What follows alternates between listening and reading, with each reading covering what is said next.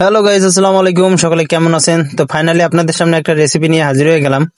তো প্রথমত আমি টমেটোগুলো কুচি কুচি করে কেটে নেওয়ার জন্য প্রস্তুতি করতেছি। তো ছোট ছোট করে কুচি কুচি করলাম।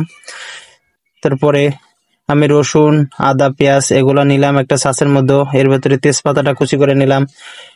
কিছু কাঁচামরিচ কেটে নিতেছি মাঝখান থেকে। তো অল্প কিছু কাঁচামরিচ, দু চারটা, আপনাদের যার যেমন ঝাল পছন্দ সে যেমন নিতে পারেন। তো আমি কয়েকটা কাঁচামরিচ এভাবে কেটে কেটে নিতেছি, কুচি কুচি করে কেটে নিতেছি। তো আপনারাও নিতে পারেন, আপনাদের যে যেমন ঝাল খান এই আর কি। আমি যেমন খাই ঠিক তেমনটাই নিয়েছি, কারণ আমি তো আবার বেশি ঝাল খাইতে পছন্দ করি না। তো এর মধ্যে আবার রসুন গুলার একটু চেঁচা দিয়ে নিতেছি, কারণ আমার তো ব্লেন্ডার না, এই জন্য একটু রসুন গুলা চেঁচা দিয়ে নিতেছি। ঠিক আছে, এগুলা অনেকেই পছন্দ, আমার এটা দিয়ে রসুন বাটতে অনেক মজা লাগে, কারণ ব্লেন্ডারে বাটা এতটা মজা লাগে না আমার কাছে। তো এগুলা আর কি এই ইয়ে করে নিলাম, রসুনটা একটু চেঁচে নিলাম। ঠিক আছে, তো এটা আপনি এইভাবেই নিতে পারেন, ব্লেন্ডার করে নিতে পারেন, যার যেভাবে সুবিধা আর কি সে সেভাবে নিতে পারেন। তো এগুলো একটা প্লেটের মধ্যে প্রস্তুত নিতেছি, মানে সবগুলো এক জায়গায় রাখলে কি একটা সুবিধা আর কি। তো এর মধ্যে আবার পেঁয়াজ গুলা একটু কুচি কুচি করতেছি, পেঁয়াজ গুলা কাটতেছি ছোট ছোট কুচি কুচি করে। ঠিক আছে, তো পেঁয়াজ যে যেমন কাটতে পারো, আমি তো আবার বেশি কুচি কুচি করতে পারি না, আমার আবার চোখ জ্বলতাছিল, এই সময় অনেক কান্না করার মতো অবস্থা ছিলাম। তো পেঁয়াজ গুলা নতুন পেঁয়াজ তো অনেক ঝাঁজ, আপনারা তো জানেনই, যারা পেঁয়াজ কাটেন তারা তো বুঝেন যে নতুন পেঁয়াজ কাটতে কেমন লাগে। আমি তো কান্না করাই দিয়েছি পুরোপুরি। ঠিক আছে, তো আপনারা যে যেভাবে পারেন কুচায়া নিতে পারেন, ব্লেন্ডার করে নিতে পারেন, যে যেভাবে পারেন আর কি। তো তরকারি রান্নার জন্য আমি মনে করি যে পেঁয়াজ কুচা মানে রান্না করাটাই সব থেকে ভালো। ঠিক আছে, তো এতে কিছু আলুর প্রয়োজন আছে, তো আমি আলুগুলা পরিষ্কার করে নিতেছি।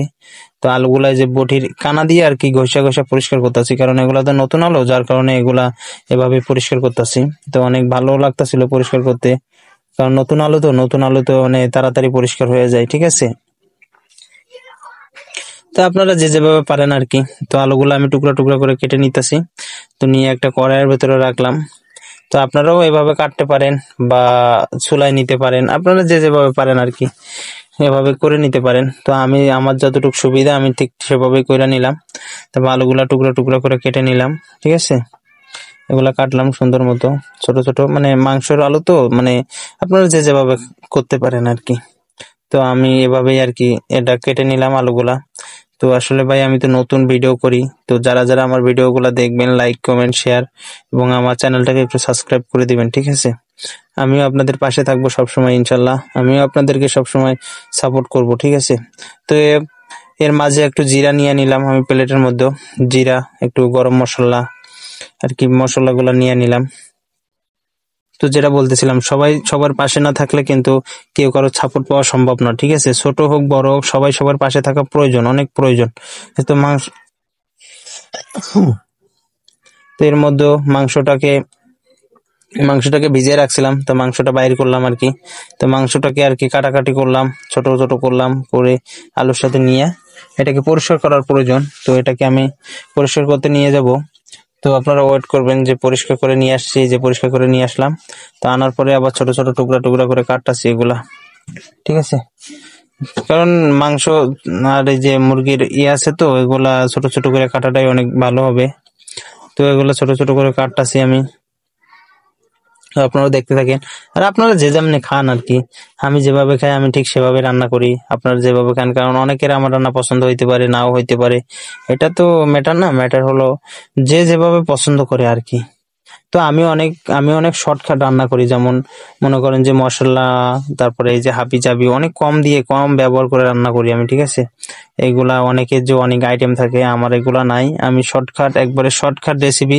আমার আমার ভিডিও জাস্ট ব্যাচেলারদের জন্য পারফেক্ট। ঠিক আছে, তো সবকিছু আমার গোছানো শেষ, ফাইনালি এখন আমি প্রস্তুতি নিব রান্না করার জন্য। তো এখন চলে যাব আমি রান্নার উদ্দেশ্যে। তো আমি যে মশলাগুলো একটা প্লেটের মধ্যে উঠায় নিলাম। আসলে ভাই আমার ভিডিও দেখে কেউ আবার হাসাহাসি করবেন না। ঠিক আছে, কারণ আমি তো নতুন মানুষ, কিভাবে রান্না করি না করি এটা তো আপনারা অনেকে হাসাহাসিতে নিতে পারেন, অনেকে কে কিভাবে নিবেন আমি তো জানি না সঠিক। তো আমি এটুকুই বলবো যে আপনারা একটু আমাকে সাপোর্ট করবেন, প্লিজ আমাকে একটু সাপোর্ট করবেন। আর গ্যাস অনেক কম, তো যার কারণে আমি রান্না করতেও আমার একটু কষ্ট হয়ে গেছে। তো আমি ফাইনালি প্রথমে মশলাগুলা তেলের উপরে দিয়ে হালকা ভেজে নেওয়ার চেষ্টা করতেছি।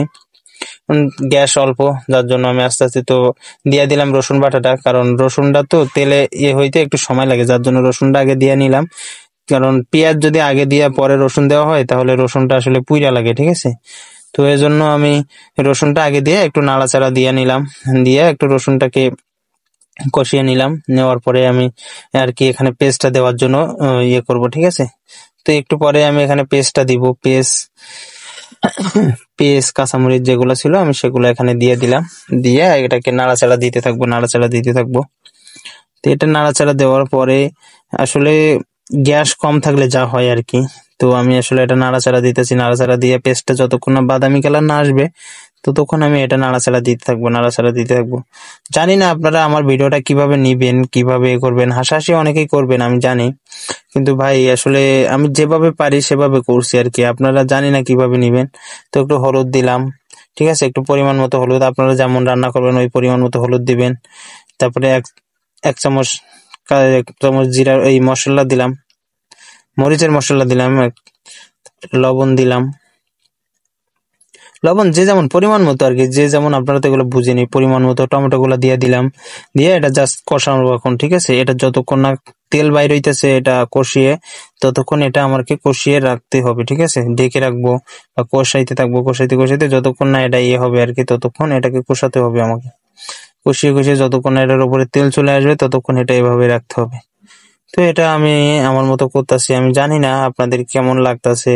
আর আমার শর্টকাট শর্টকাট মশলা রান্না কেমন হয় প্লিজ প্লিজ কমেন্টে কিন্তু আপনারা একটু বলবেন ভাই প্লিজ।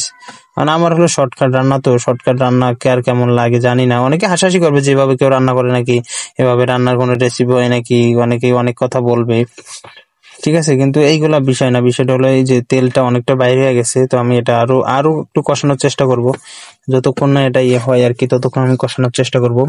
তো সব থেকে কম মশলা, আপনারা তো দেখছেন সব থেকে কম মশলা দিয়ে আমি রান্না করার চেষ্টা করতেছি। তো এর মধ্যে আমি আলুগুলো দিয়ে আলুগুলোকে একটু কষিয়ে নিব, কারণ নতুন আলু তো একটু মানে কেমন জানি লাগে, এর জন্য আলুটাকে একটু কষিয়ে নিব। তো আলুটার একটু গন্ধ টন্ধ থাকতে পারে, এজন্য আলুটাকে কষিয়ে নিচ্ছি, যার কারণে আলুটা যেন তেলে একটু ভাজা ভাজা হয়ে যায় বা কষানোর এটাও যেন ওর ভেতরে ঢোকে ঠিক মতো, ঠিক আছে। তো আলুটাকেও ঠিক মতো পরিমাণ মতো আমি কষায় নিতেছি। এর মধ্যে আবার আপনার পেঁয়াজ রসুন গুলা কষিয়ে কষিয়ে কষিয়ে দেখলাম। তো এটা কষানোর জন্য প্রস্তুতি, মানে কষানো এক প্রকার শেষ, মানে আরও একটু কষানোর চেষ্টা করতেছি, যত কষাবো আর কি ভালোই লাগবে। কারণ মাংস হলো কষানোর কাছেই সব কিছু, যত আপনি কষিয়ে রাঁধতে পারবেন ততই মজা লাগবে, ঠিক আছে। আমি জানি না আসলে কার কেমন লাগবে, কিন্তু আমি যতটুকু পারি আর কি কষিয়ে কষিয়ে রান্না করলাম। তো কষানো শেষে আমি মাংসটা দিয়ে দিলাম ওখানে, দিয়ে একটু মানে মিক্স করে দিতেছি মাংসটার গায়ে যেন মশলাগুলো সব ঠিকঠাক মতো লাগে। তো সবকিছু সুন্দর মতো আমি এটা মিক্স করে দিতেছি যেন সুন্দর মতো ইয়ে হয় আর কি। জানি না আপনারা কিভাবে কিভাবে নিবেন ভাই, আসলে মজা করার কিছু নাই, মানে আমি যেভাবে পারি সেভাবে রান্না করতেছি, আপনারা জাস্ট কোথাও ভুল হলে আমাকে বলবেন, কারণ অল্প মশলার ভেতরে এত সুন্দরভাবে রান্না করতেছি এটা হয়তো অনেক, বুঝছেন আপনারা আসলে। তো এটা এখন আমি ঢেকে দিলাম। তো ঢেকে দেওয়ার পরে যে অনেক ঝোল বাইর হয়েছে এটার থেকে, তো এটা যতক্ষণ না ঝোলটা শুকাইতেছে ততক্ষণ আমি কষাতে থাকবো কষাতে থাকবো। তো মাংসটা যতক্ষণ না ঝোল টানতেছে, যতক্ষণ না ঝোলগুলো টানবে ততক্ষণ আমি কষাতে থাকবো। তো এটা কষানোর পরে এটা কষাতে থাকবো, কষাতে কষাতে একটা পর্যায়ে আমি এটা ঢেকে দিব। ঢেকে দেওয়ার পরে তো ফাইনালি আমার রান্নার লুকটা দেখেন আপনারা। তো আমার রান্না এখানেই সমাপ্ত। তো ফাইনাল লুকটা আপনারা দেখেন যে অল্প মশলায় আমি কি সুন্দর রান্নাটা করলাম। জানি না কেমন হয়েছে, সবাই ভালো থাকবেন, আল্লাহ হাফেজ।